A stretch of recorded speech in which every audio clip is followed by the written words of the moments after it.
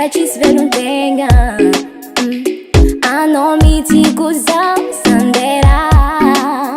Ke ino ma problema anao? Zaza miaigny tsara io alanao. Mipetra anao mama fa za ty Jehova.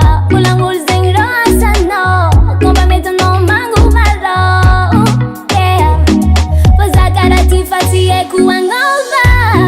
Mialogno tsawako fa zegny mbola farako e. Fiaignana mandeha hoazy fa za miaigny tsara be.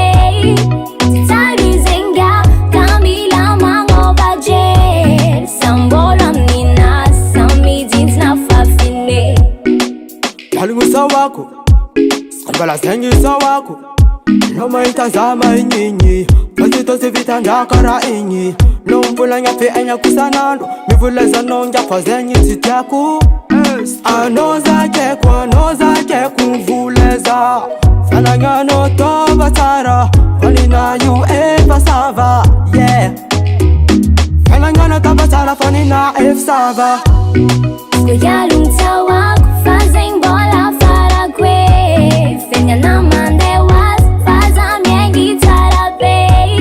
Tsy tsara zegny ga ka mila magnova jery. Sa mbola amin'inazy sa mijinjina fafine. Azovy manao san'andro mivolagna zaho.